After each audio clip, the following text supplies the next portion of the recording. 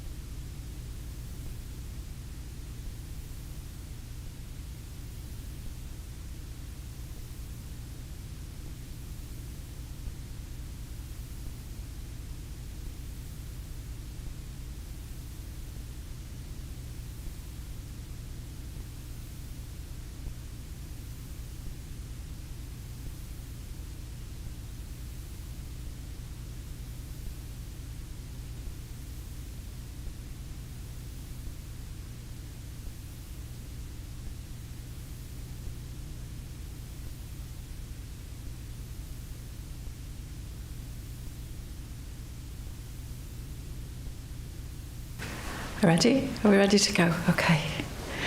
So good evening, welcome. I think some of you not been here before. It's not someone new? Brilliant, that's great. And there was someone else as well. There's a few new people. Yeah, as well. Welcome to class. The teacher usually, if you come here regularly, you know it's Gantalopa, and he's fine. So don't worry about him. But he's gone early to the festival because there's ordination. I think maybe it's today.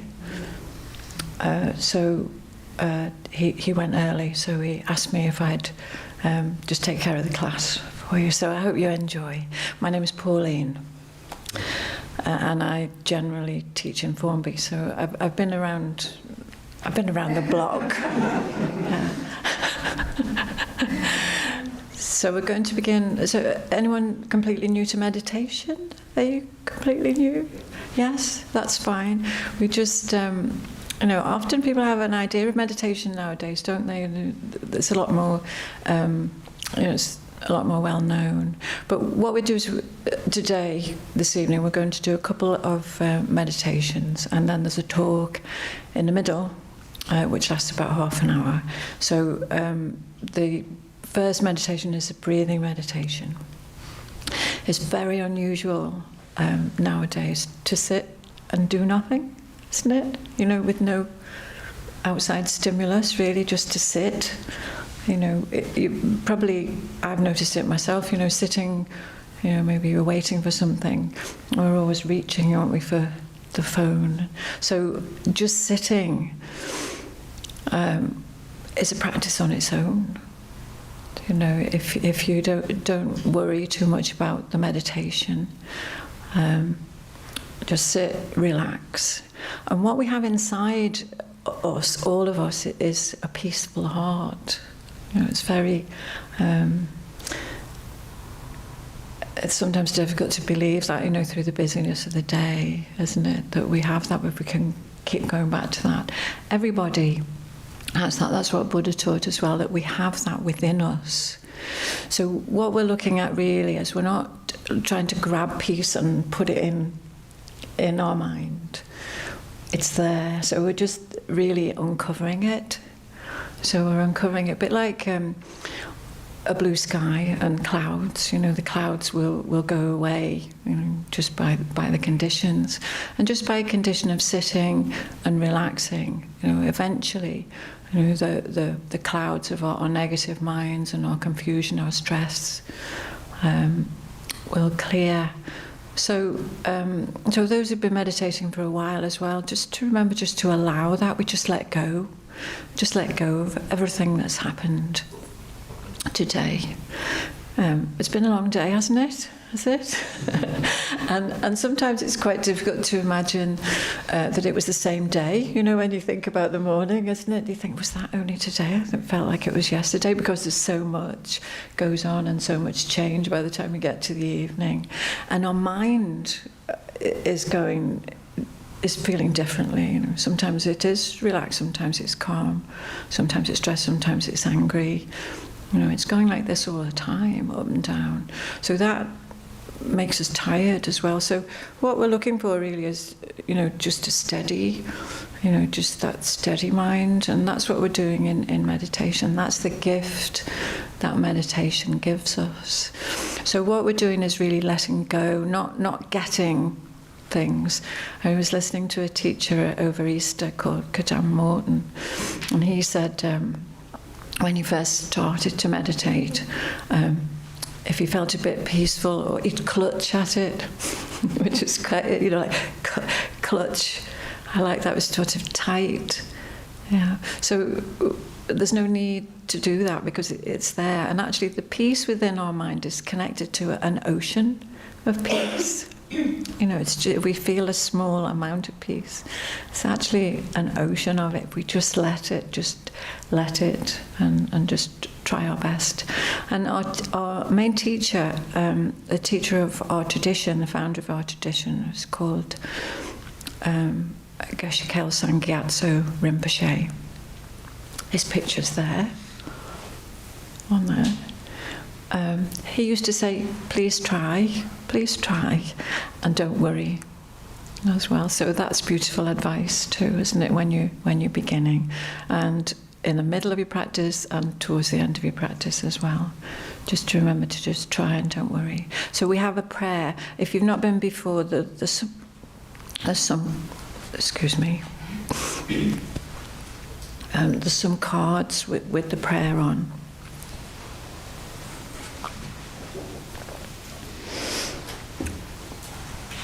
It's a prayer to Buddha Shakyamuni, who's the founder of Buddhism. So beautiful words, and but you can follow it. Those who know it can sing it.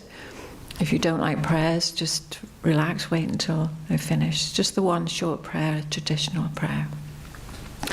And then after that, I'll guide you into a breathing meditation. Okay, thanks.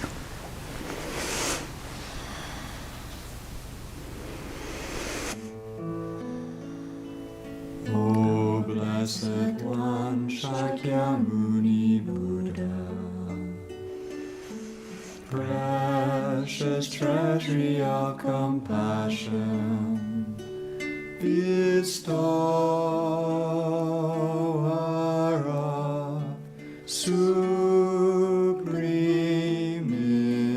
inner peace, you who love all beings without exception, are the source of happiness and goodness, and you guide us to the liberating path. Your body is a wish-fulfilling jewel. Your speech is supreme purifying nectar, and your mind is refuge for all living beings. With folded hands I turn to you, supreme unchanging friend. I request from the depths of my heart, please give me the light of your wisdom to dispel the darkness of my mind, and to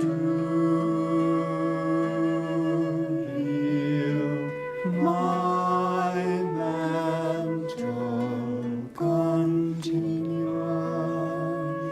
Please nourish me with your goodness, that I in turn may nourish all beings with an unceasing banquet of delight.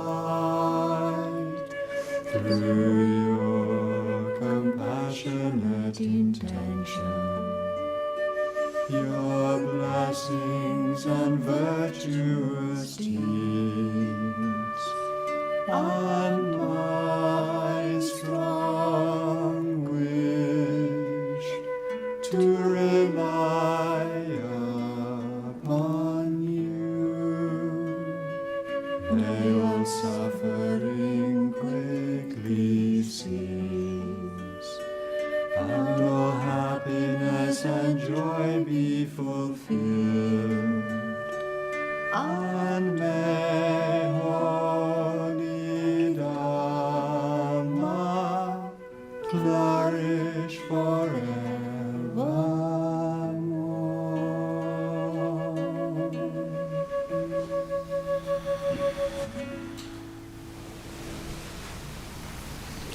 That's nice. So we're just relaxing in our chair now. Just check that you're in a comfortable position. The main thing is to have a straight back.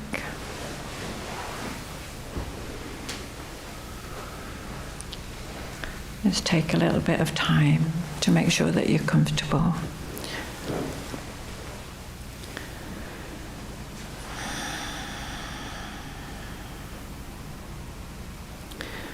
Your hands can be relaxed in your lap.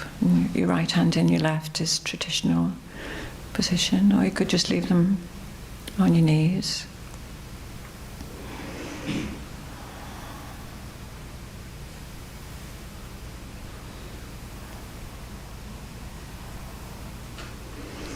And then just check in with yourself, just to let yourself land from where you've been, what's happened today. Just check your body, any tightness that you can let go of. Imagine that any tension drops away through your body, through your legs, through your feet, just into the ground.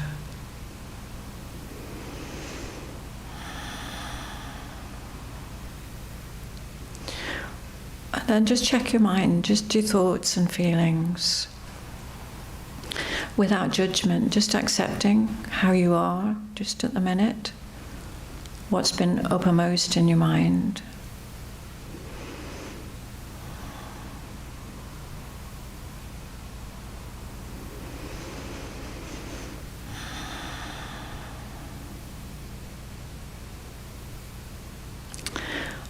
And just letting go of that, letting go of all the feelings associated, everything that you've been involved with. Imagine that everything outside of the room, outside of the building, just dissolves into light and disappears.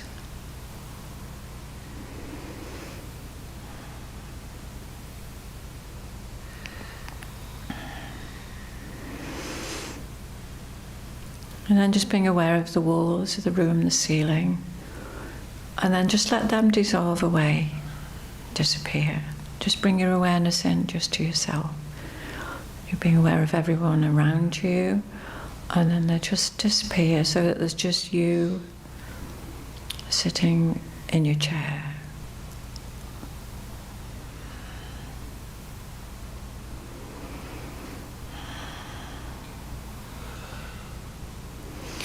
We're just practicing letting go, just let go. If you feel some tension or some stress or some worry, just tell yourself, let go. Let it go again.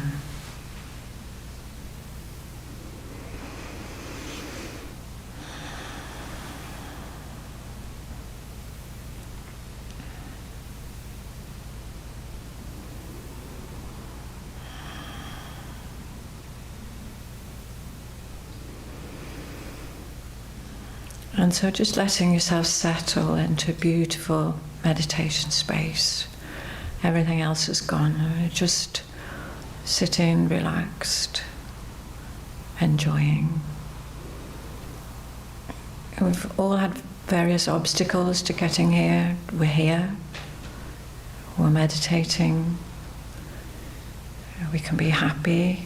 You just keep a happy mind. Everything that you've achieved.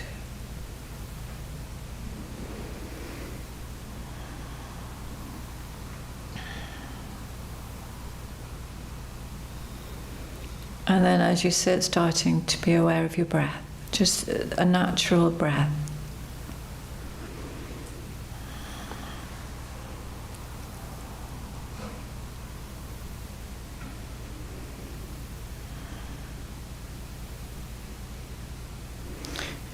Let your mind just get involved in the movement of your breath.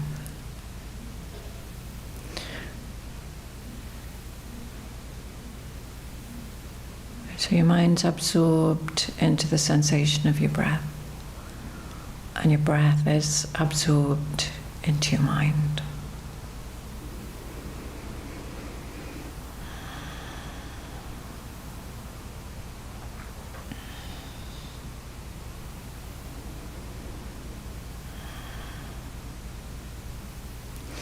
And so we're just trying to keep our attention on the breath to the exclusion of everything else.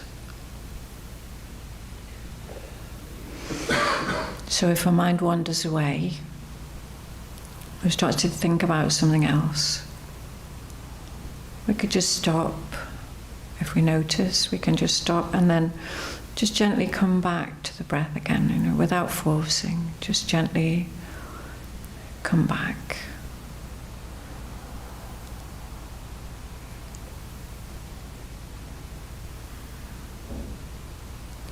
So we might have to do that many times, don't worry. We're just patiently do that, keep coming back, let your mind settle on your breathing. And just enjoying the process, just like a child at play. Just enjoy being here and just settling on your breath.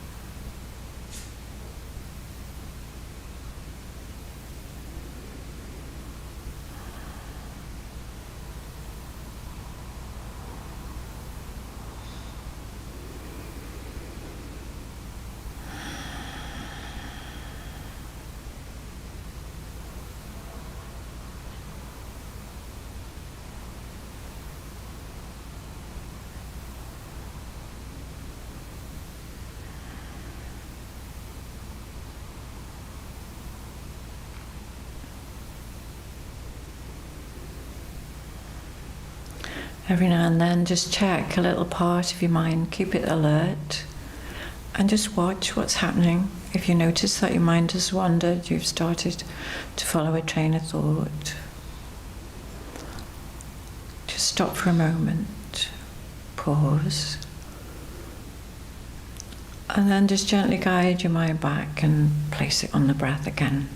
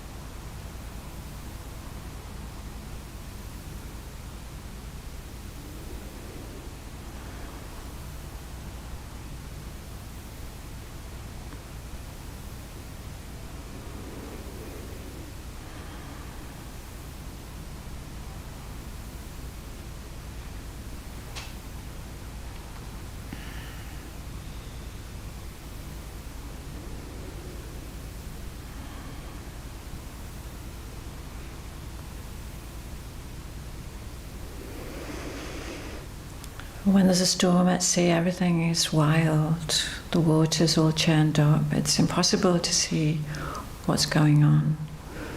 You can't see through the water. And yet when the storm subsides, everything becomes still. The water settles down. It becomes clear and calm and lucid. All the sediment settles to the bottom. You can see through it. So it's just the same with the mind, when our mind is stressed and disturbed and distracted, it's impossible to see what's going on. But when we settle it with a breathing meditation, everything starts to settle. It becomes calm and it becomes clear and lucid. And a deep peace, a feeling of deep happiness and contentment naturally arises from within the mind itself.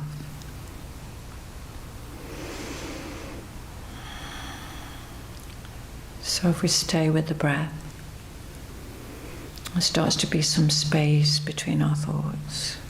The space is peaceful and calm. So we can stay with the breath. Or if you're feeling more peaceful, you're feeling calm, your mind is more spacious, you could just sink down, just relax. Enjoy a few minutes of peace, calm and quiet.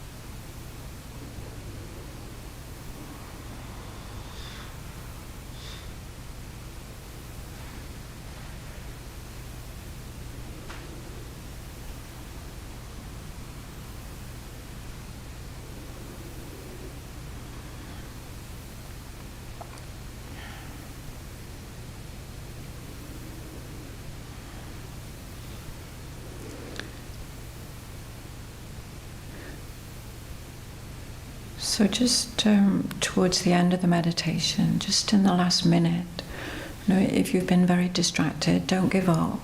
Just try for a minute. Come back, stay with your breath, or stay with your peaceful heart, just for the last minute of the meditation.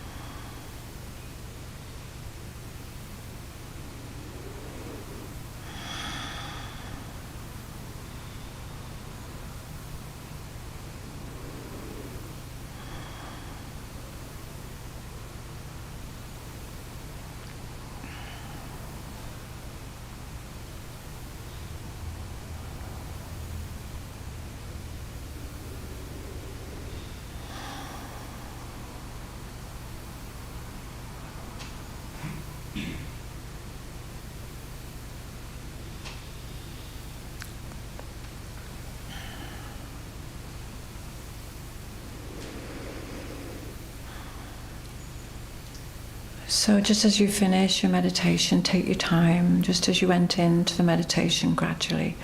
Just come out gradually. Just first of all, have a look at your mind, your thoughts, compare them. Have they changed since the beginning of the meditation? And if you felt more peace, or you felt calm, or you've simply tried, just hold that in your heart. so that it will benefit you later and everyone you come into contact with. Just let your mind rise up, let your eyes open when you're ready.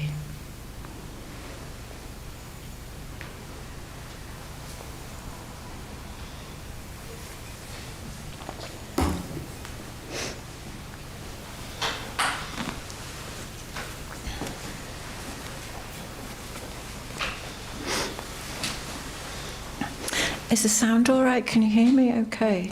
Yeah, it seems a way off, but that's okay. Yeah. Lovely. How did you get on and new to meditation? Did you enjoy it? Lovely. Did you, yeah? Yes, did you feel differently? Very short meditation, just a few minutes, 5 minutes will make a difference, to the busyness in our mind, if we go back to it. And even if you didn't, not every meditation is as blissful as, you'd want it to be. But the simple act of meditation is positive action. It makes an impression on our mind. So it means that in the future, we've created the cause to experience peace.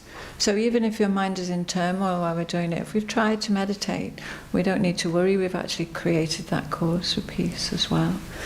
So never be despondent if you're trying to do a bit of meditation practice.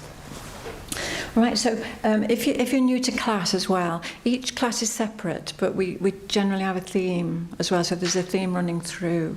But you can always pick up, from one class. And the theme for quite a few weeks, I think definitely where I've been teaching, and usually the classes are the same, is love, is developing the mind of love. Is that right? Is that what's been happening here as well? Right? It's a beautiful mind, the beautiful mind of love. And how we can create love in our mind. Now, pure love is such a positive mind. Just a moment of meditating on love can create huge, a huge mind, huge positive minds. Great benefit to us. Just a moment of love. If we carry that forward in our mind, it can benefit us and brings us pure happiness. And what we've been learning as well is that we don't always understand about love. That in our society we don't understand. We definitely don't understand in our pop songs and whatever, do we? We don't understand what it is. We say, you complete me. I can't live without you. I'm distraught without you with me. And that mind is a deluded mind, really, of attachment, looking for happiness in somebody else, hoping that they will give us the happiness that we want, looking for happiness in external people and things, whereas pure love comes from the heart, and a mind of pure love will never hurt. It will never be distraught. Actually, it will never harm us to love. So we have quite a bit of misunderstanding. Often you hear people say, they don't think that their partner loves them because they're not jealous, do you know that kind of thing, that they're not showing that they love them. But that is wrong, because jealousy is a negative mind. Jealousy is what Buddha called a delusion, and jealousy disturbs our mind, doesn't it? If you've ever had a mind of jealousy, you just can't put it down, can you? But there's no peace within that, whereas a mind of love is peaceful. So when we love someone, when we purely love someone, it's simply a wish for them to be happy. It's simply a wish to be happy. So we all have that experience. We all have someone that we love. Even if it's only your dog, sometimes you love the dog more than anybody else, don't you? So we can check in our own mind what is love, because if there's someone that we really love, we do just want them to be happy. it's as simple as that, really. We want them to be happy. We don't want them to suffer. And if they are suffering, we want to take away that suffering from them. That's a mind of compassion. So that comes from love. So we've been learning, and Buddha's teaching, I think it's fantastic like that, because it teaches us how to love. You can start off not loving anyone, except the dog. And the mind of love will take us to a mind that loves. In the prayer, did you hear that? You who love all beings without exception, who love all beings without exception. So we can start off, from a very low amount of love, and we're all capable of a mind that loves all living beings without exception. Yeah. So I don't know how far you think with that. I mean, you might be there already. I don't know what's in your mind.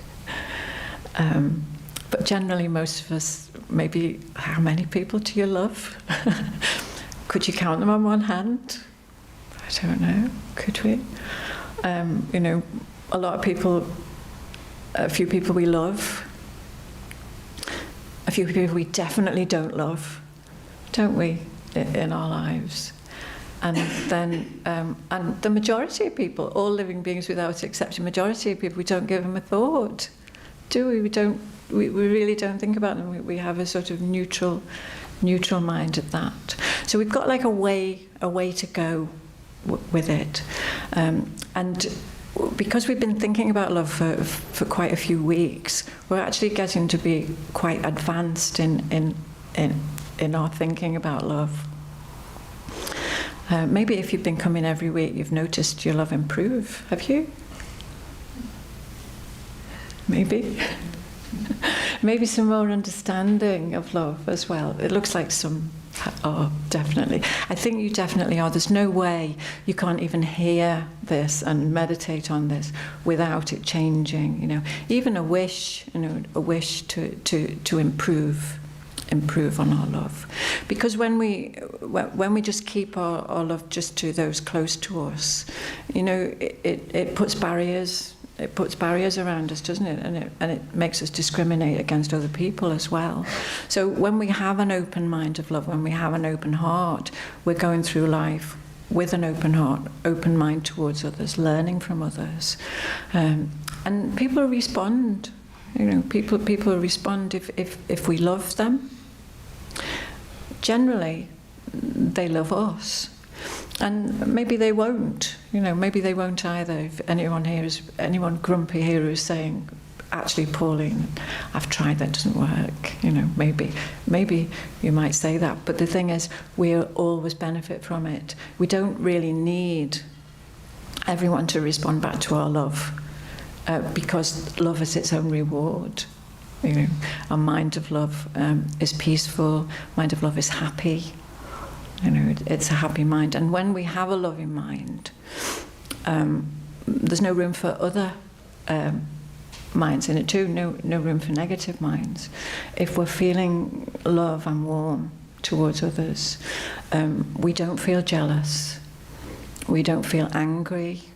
We don't feel angry with the person. You can check in your own experience. Maybe you fell out with someone that you really love, but you fell out with them, you hate them, just at that minute for what they've done.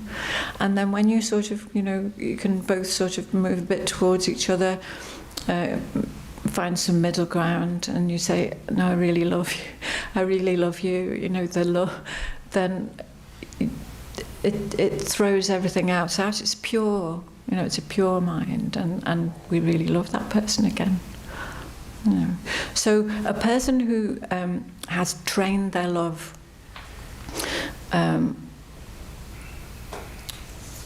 to a great degree is what we're looking at tonight. So this is what we can do. Our capacity for love is huge, and once we start to love others, we think, I want. If you check with someone that you love, you want them to be happy, you want them to be free from suffering, and you'll actually do anything for them.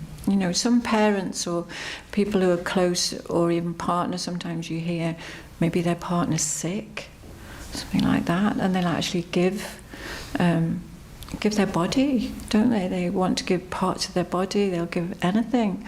You know, you hear of someone, their child, you know, is sick. Everybody wants to give whatever they can in order to help this child because they love them and their existence is so important to them. And so once we start developing that towards others, what happens is, with a mind of compassion, we think, I want everyone to be happy. I want everyone to be free from suffering. And then we think, well, what can we do? Because we can feel very helpless, can't we? In this world, we can see suffering, and we think, you know, I'd do anything. That's what happens with our heart, is I would do anything to take that away. You know, if you've had a friend or someone, a friend of mine, and their baby died, you know, you just think, I just would take, if I could take that away, I would. You know, you would, wouldn't you? And that mind is the mind that we're looking at now. It's a mind that wants to take all suffering away. So it's a huge mind, isn't it? And a person in Buddha's teaching who would do that is called a bodhisattva. Yeah, that's a big word, isn't it? I don't think you remember it if you've not heard it before. Sometimes if you've heard it before, you would think, what was it she said? Bodhisattva. There's a book here. This is a poem, and it's called The Guide to a Bodhisattva's Way of Life. Yeah, and this is a whole poem about how to live like a bodhisattva. Bodhisattva, there he is there, the bodhisattva, he's sitting in the trees. He's in the forest. And bodhi means enlightenment, and sattva is a person. So a bodhisattva has a mind of bodhicitta. Bodhi is enlightenment and citta is a mind. He has a mind of enlightenment. And what he or she, you know, a man or a woman, what they want is, they think they want to help everybody. They want everybody to be free from suffering. And the way that they do that, they think the only way I can do this is to become enlightened, to advance my mind to such a state that it's enlightened, it's completely pure. An enlightened mind is a possibility for everybody. We all have the potential to become enlightened. But a Buddha, an enlightened being, has actually done that. So they've actually trained the mind. They've trained the mind in love. And they've trained the mind in wisdom, compassion, all those minds. And they've reached a state. In prayers, it sometimes says a state beyond sorrow. Have you ever heard that? They are out of suffering. They've come out of state of suffering. And the mind has such capacity. Everybody's mind has huge capacity. A lot more capacity than it's got at the moment. You know, at the moment, the minds that we use and the minds that we use on a lot of negativity, very small and very limited mind. But the capacity of the mind is so huge that it has these qualities, and an enlightened mind it is free from all mistaken appearance. So it sees things as things actually are. It sees the truth in everything, and has the ability to bless every living being every day. So it can bring peace.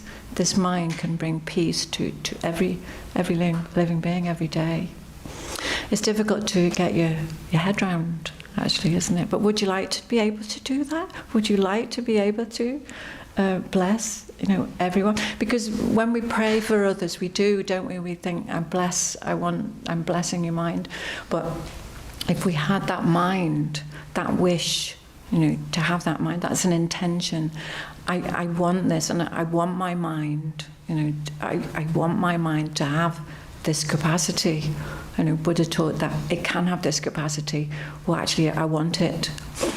I want it, and then I would be able to do that. Imagine how it would be like to get out of bed in the morning if you could do that. How we could do that. We have that potential. Yeah. So really, we just need an intention like a bodhisattva.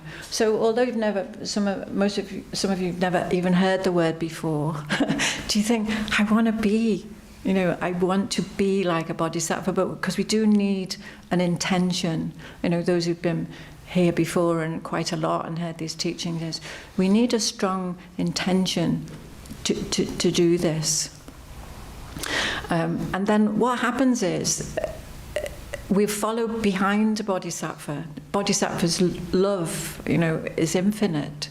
And so, it's training to have that mind. But if we have that intention and set that intention, that's where we'll go.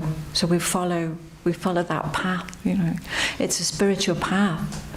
And we can say to ourselves, what's important in life? We want some spiritual development, don't we? We don't just want, the external things, that we're always obsessing about, really, aren't we?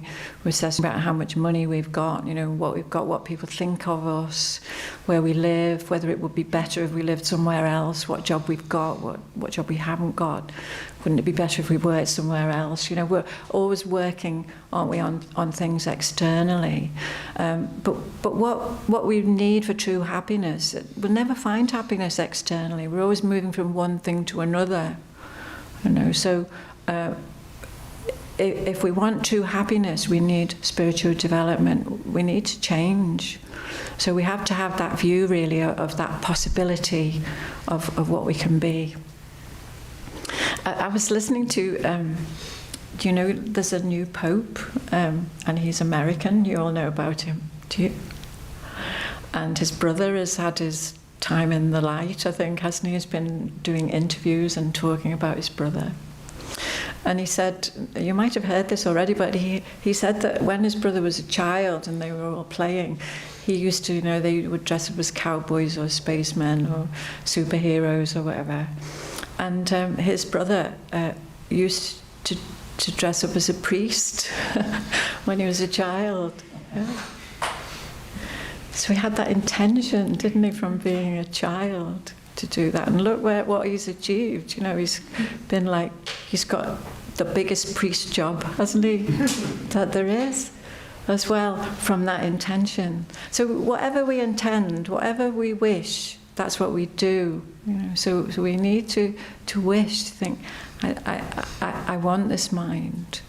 I want this mind. And another thing that helps us, really, is thinking about our life. As I say, when we wake up in the morning, and sometimes it's not so bad at the moment, personally speaking. It's light, isn't it? And you feel like, I want to get out in the garden and see what my plants have done, and I jump out. But in the winter, or if things are difficult, or you've got to go to work, it's very difficult, isn't it, to drag ourselves out. And some people don't even want to live. They have their life, but they feel like their life is a torment, and they don't want their suffering. It's so great that they don't want to continue with it. So when we think about our life, we think about what we've got to do and what we don't want to do, that we've got to do in our life. But Buddha taught how precious our life is, and more precious, I think, than we think. The story of it is that when he was with his followers, he asked them, how precious do you think your life is? And one of his followers is called Ananda. He would answer quite a lot, and he said, he didn't say how precious. He said, how rare is it? Sorry, he said, how rare is it? And Ananda replied, it's very rare, extremely rare. And Buddha said, you're dead right, it is. You're dead right, it is. It's very rare to have a human life. He said, imagine if there was a blind turtle at the bottom of an ocean. Imagine an ocean as big as the world, And at the bottom of the ocean is a blind turtle. And on the top of the ocean is a golden yolk, he said. You know, a yolk, it's not, I thought for ages it was the yolk of an egg. It's not, is it? You know, cattle used to wear, you know, in rural places, around their neck. So it's like a circle, like a harness. And that's on the top of this ocean as big as the world. Have you got that? Have you imagined an ocean as big as the world? And the turtle's blind and is at the bottom of the ocean. How often do you think that the turtle comes up and puts its head through the yolk? How often do you reckon it would do it?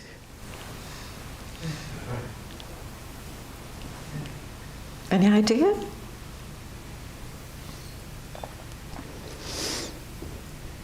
Would you reckon not very often? That's right. It says, I think he said every 100,000 years or something, it might come up to the surface, and then it might put its head, you know, through the yolk, the golden yolk. Yeah. So he explained that the blind turtle is a bit like us. We're the blind turtles, and our eyes are closed. Our wisdom eyes are closed. And that the yoke is Buddha's teaching. You know, how often would it, the head come up and actually hear Buddha's teaching as well? Very, very rare. So although you could say, you know, natural human beings that aren't that rare, are they? You know, there's countless human beings. There's too many human beings who say, don't they, ruining the planet.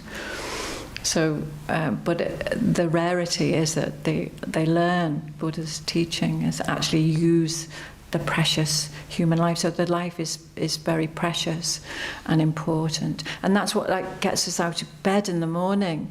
You know, we need to know that we can get out and I can use this life and I can do spiritual development. So we can ask ourselves, what do we want with our life? You know, what do we want with our life? Do you ever ask that, or is it just we're all so busy, aren't we? You know, they just get to the end of the day.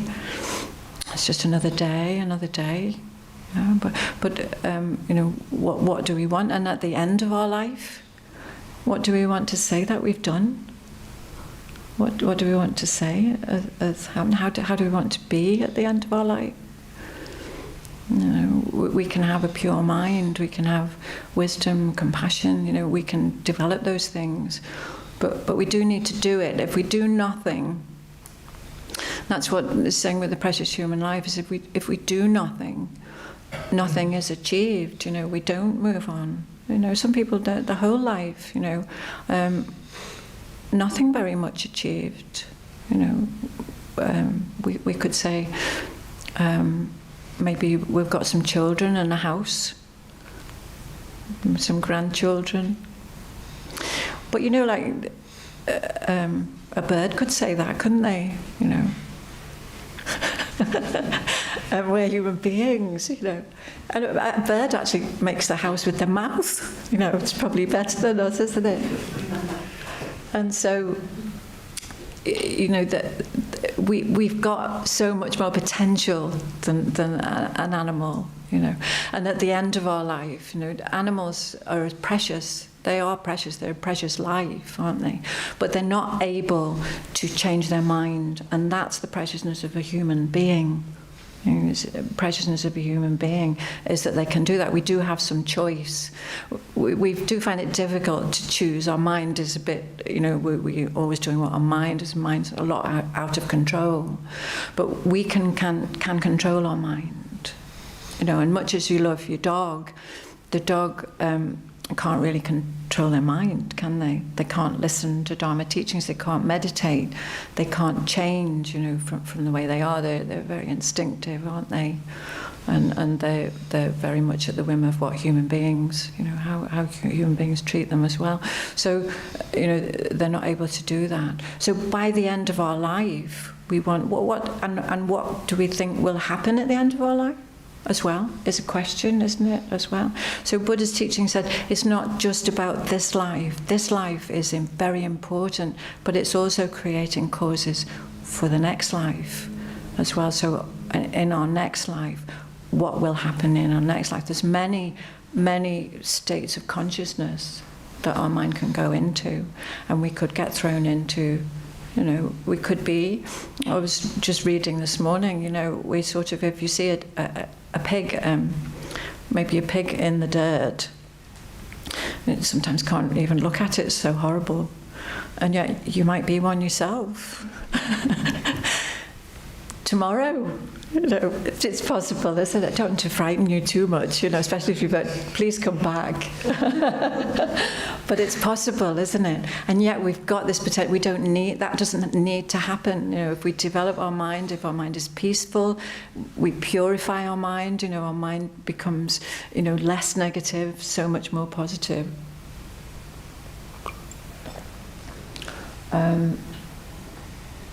That's what we could do. So we make an intention, really. We make that intention and just practice. We practice a bit. So the Bodhisattva has a way of doing it. Someone said the other day, actually, well, how do you do it? So, which is what we're saying, isn't it? How do you do it? And so we can start in a very simple way. So the Bodhisattva practices, because we want to be enlightened with a mind wishing to become enlightened, Bodhisattva will practice 6 perfections, right? So they practice giving, moral discipline, patience, effort, concentration, and wisdom, right? So those are the 6, they're called the 6 perfections. So if you've been coming for a while, you've heard those before, and those are sort of ideals to live by. Each one of those could be a separate teaching, and maybe over the weeks we'll do that. So just looking at them separately, just very quickly, giving is a mind of generosity, isn't it? A mind of not necessarily giving material things, yes, but giving love, giving fearlessness, giving Dharma teachings, giving help with people as well, just giving positive advice to others, helping them in that way. Giving moral discipline is really a clear way, of not harming others and not harming yourself, basically. A moral code that you keep for yourself. Moral discipline. Patience is not getting angry. Patience. Effort. We need effort. We can't do any of them without effort. So it's really that wish, isn't it? That wish, yes, I'm going to do that. I'm going to do something different. Effort, concentration. We can do that through our meditation. We can do it by looking at, keep bringing our mind back to our meditation object. Or we can do it simply practicing in daily life. You can do it when you're driving. You can say, I'm going to turn I'm going to turn all my sounds off and whatever, and concentrate on the road. Everyone will benefit from that, won't they? And concentration. If we're saying a prayer, we could concentrate on that. So just small ways of bringing our mind back to a center, concentration. And wisdom is looking at the way things are, which is interesting. It's deep teachings on wisdom. Gentleopa's very good at teaching about wisdom, is really saying that things don't really lack the existence that we think they've got. They don't lack inherent existence, and there's a lot of teachings on that. Things are impermanent is also wisdom. We think in moment by moment, we think things are permanent. When we're talking about people who don't want to live, often that's the way, and when we're unhappy, that's the way we feel, and we feel like we'll always feel like that. But very often things can change quite quickly, can't they? Maybe just a word to someone, or you talk to someone, or something happens, and the mind can change as well. So things aren't as permanent as what we think they are. So what we can get with this is we can just begin. So with the meditation, what we're going to do is wish to improve. And we can do that in a very simple way, just very small steps. You don't have to, if you're already a bodhisattva, you can wish to be enlightened. if you're not really sure, sometimes you think, well, I'm not actually very sure what enlightenment is, and I don't know what a bodhisattva is either. We can't wish to do that until we know.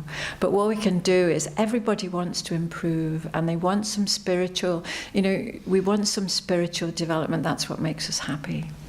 So we can, maybe when you're at home, just have a cup of tea, sit yourself with a cup of tea.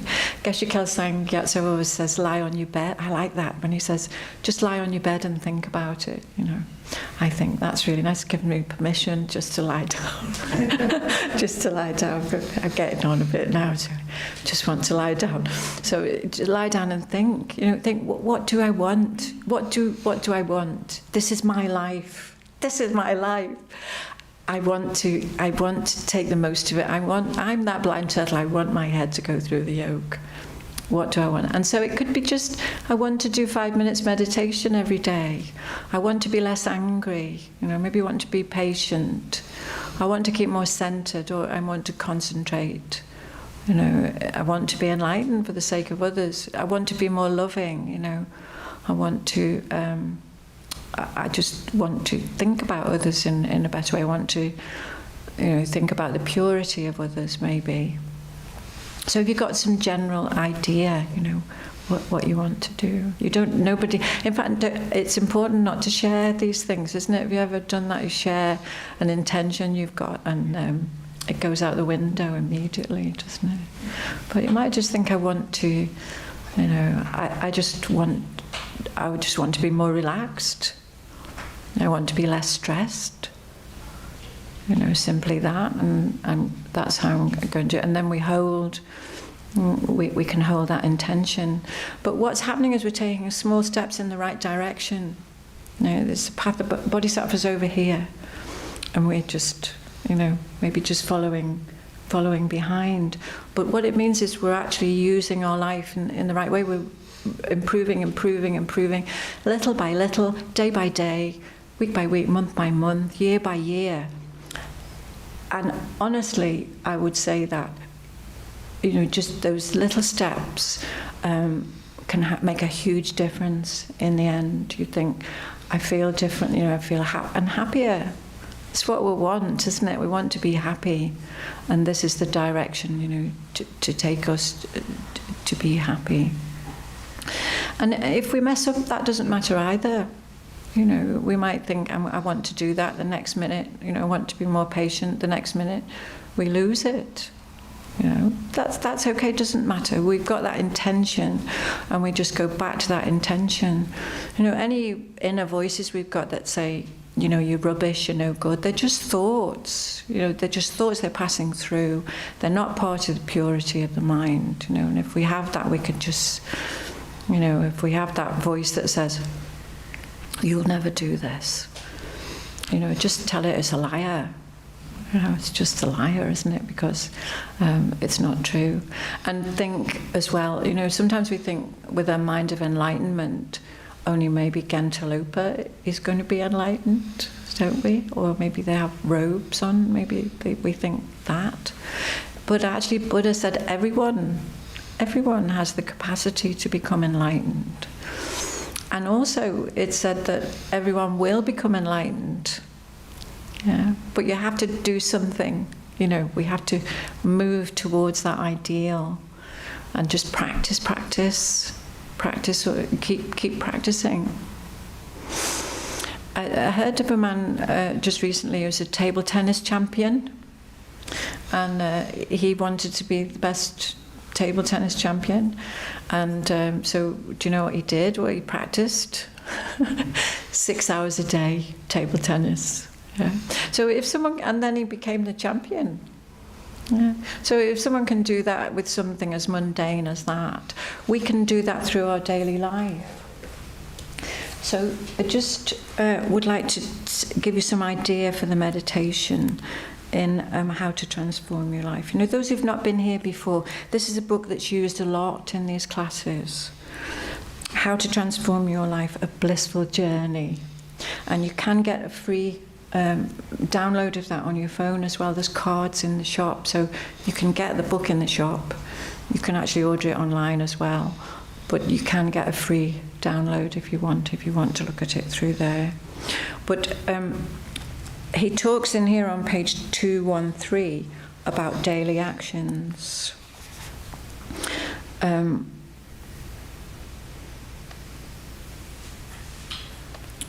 So it says that sometimes in meditation that we're very distracted, but it says here we can overcome this problem of distraction by transforming all our daily activities, such as cooking, working, talking, and relaxing, so that they're not intrinsically mundane. No. I love that because I have a very mundane life. and I don't know if you have an exciting life, but often it's just like going to work, isn't it? Coming home, going to bed, those kind of things, isn't it? Seeing family and that. So, but we don't need to have an exciting life in order to develop our mind. They're only mundane if they're done with a mundane mind. But by doing exactly the same actions with a spiritual motivation, they become pure practices. For example, when we talk to our friends, our motivation is usually mixed with self-cherishing, and we say whatever comes into our mind. Do you do that? Usually waiting for your bit where you say what you want to say as well, aren't you? But we say whatever comes into our mind regardless of whether or not it's beneficial. And it's interesting, I was listening to someone, I was in a conversation with someone quite recently, and she was talking about how angry she was about something. And she was doing it like a bit of entertainment. She was furious. She was furious with the person who'd knocked on her door. She was furious with their neighbour. She was furious with she told them all how furious she was. And so she was saying that. It was kind of funny. People were laughing. But I noticed it gets a bit disturbing when someone's talking about anger. You know, isn't it, about how angry? And so if you're a peaceful person, you know, if you're peaceful and you're calm, that makes people calm, you know. People are so stressed nowadays, aren't they? They don't really need you to wind them up anymore. And so, you know, if you can be calm, if you can be peaceful, if your house is peaceful and calm, you know, if being with you is relaxing, then, you know, that helps them. They go away from you and they feel better. You know, instead of, I'm glad I got away from that one. Don't you as well? Or, I need to rest after that, you know, after that conversation. Everything that we do with others can be beneficial. So we can, it says, how we can talk to others with the sole purpose of benefiting them, encouraging them to develop positive states of mind, taking care not to say anything that will upset them. Instead of thinking about how we can impress people, we should think about how we can help them, recalling how they're trapped in samsara. You know, that's a world of suffering. And they lack pure happiness. And in this way, talking with our friends can become a means of improving our love, compassion, and other realizations. And if we can skillfully transform all our daily activities in this way, instead of feeling drained and tired when we sit down to meditate, we'll feel joyful and inspired, and it will be easy to develop pure concentration. It's interesting that mind of benefiting others helps our concentration as well. Very interesting, isn't it? Okay, what do you think? So do you think you would like to improve a bit? Let's meditate on that, on making an intention, you know, to improve, without stretching too much, you know, and without worrying about making mistakes. Sometimes the mistakes are the best things we learn from, aren't they, as well? So don't be afraid, you know, don't be afraid of that either. Let's relax into our meditation anyway. Just make yourself comfortable.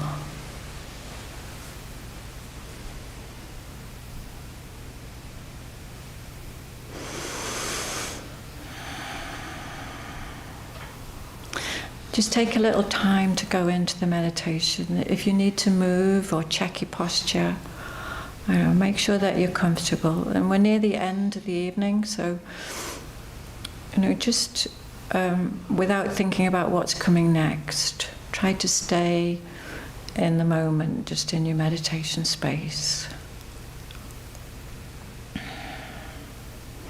And we can imagine around us, surrounding us, are the people who we're close to, those that we love.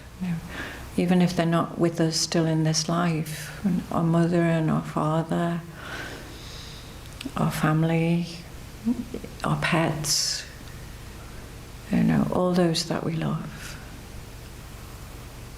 And then around them are people that we don't know so well, work colleagues and neighbours, people that you see every day. And beyond that, surrounding them is all living beings. Everybody. To make it easier, just thinking of human beings. But beyond that, we're literally surrounded by living beings across the city, across the country, right across the world. Living beings, all wishing to be happy, all wishing to be free from suffering.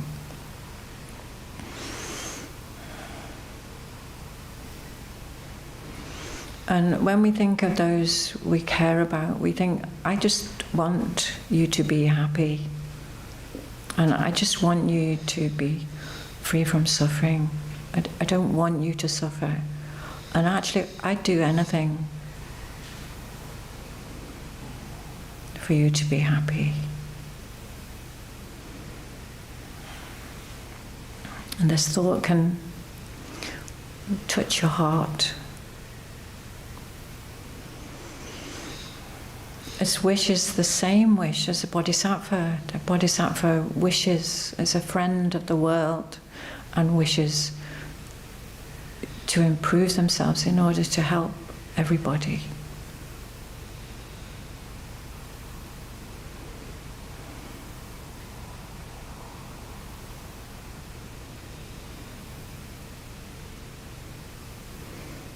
Bodhisattvas ahead of us, all the Buddhas, all those who've already become enlightened, all wanting us to follow them.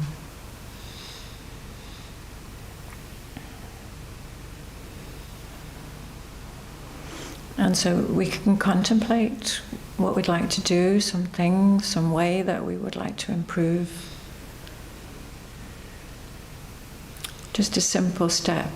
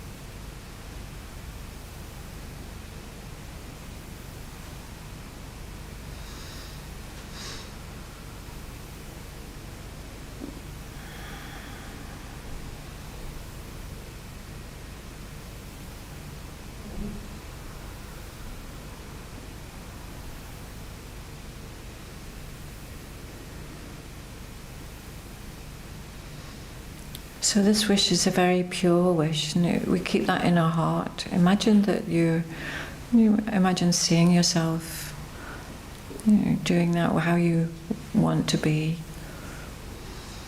just in the simple steps of your life, when you're with others, when you're with friends, when you're at work.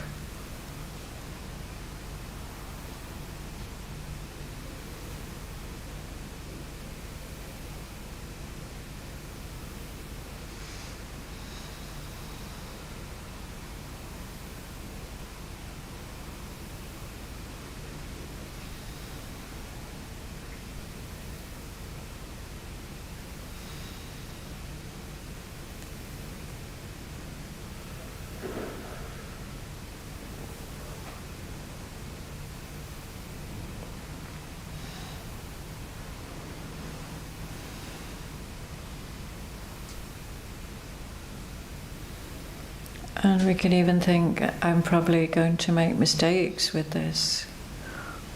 But that's okay, you know. I just keep that intention. That it's not going to beat me. I just try again.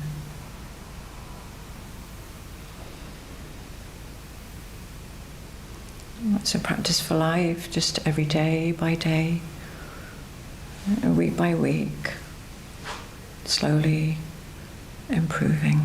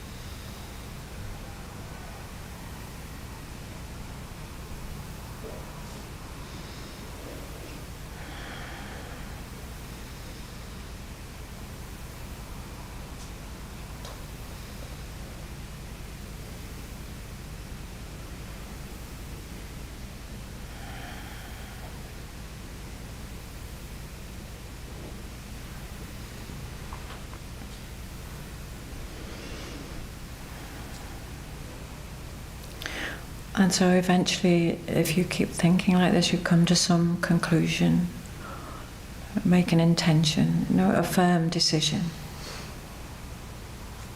And that firmness, just hold that, you know, hold that intention in your heart.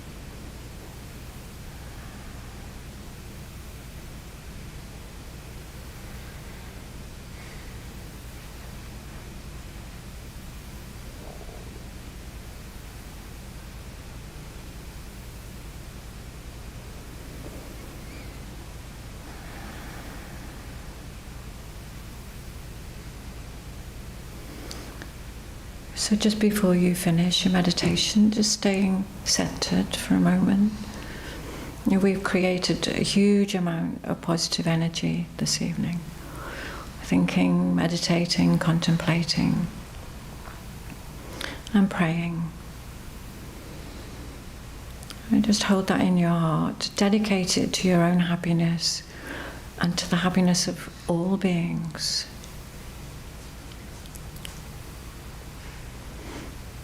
And when you're ready, just let your mind rise up, let your eyes open. Thank you.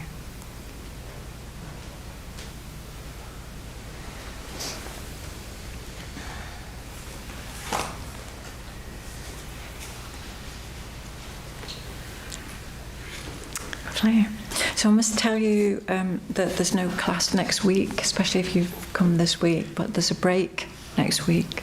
because it's the Spring Festival, which is the annual International Spring Festival, which is in Ulverston. I mean, if you're interested in the Spring Festival, you can do it online as well. So do ask me. I'm going to be here, so ask me a little bit more about it if you want to know something about it. But if you're not able to go and you're not able to do it online, Gentalopa is doing on the 31st of May, Saturday 31st of May, from 10 till 3:30. It's called a post-festival retreat, and it's going to be explaining what was at the festival as well, so you'll get some flavour of what's happening at the festival. And then after that, on the 14th of June, he has another course, 10 till 1:15, The Wisdom of Emptiness. He's an excellent teacher. As well, so you'll definitely get some insights and benefits from that if you're able to go. And then I think we have a cup of tea if you want. Yes, Heather makes a cup of tea, so if you want to stay, have a cup of tea or have a chat, you're very welcome to do that. And thank you very much. Thank you. Oh, it's coffee as well if you fancy a cup. It doesn't have to be a tea drinker.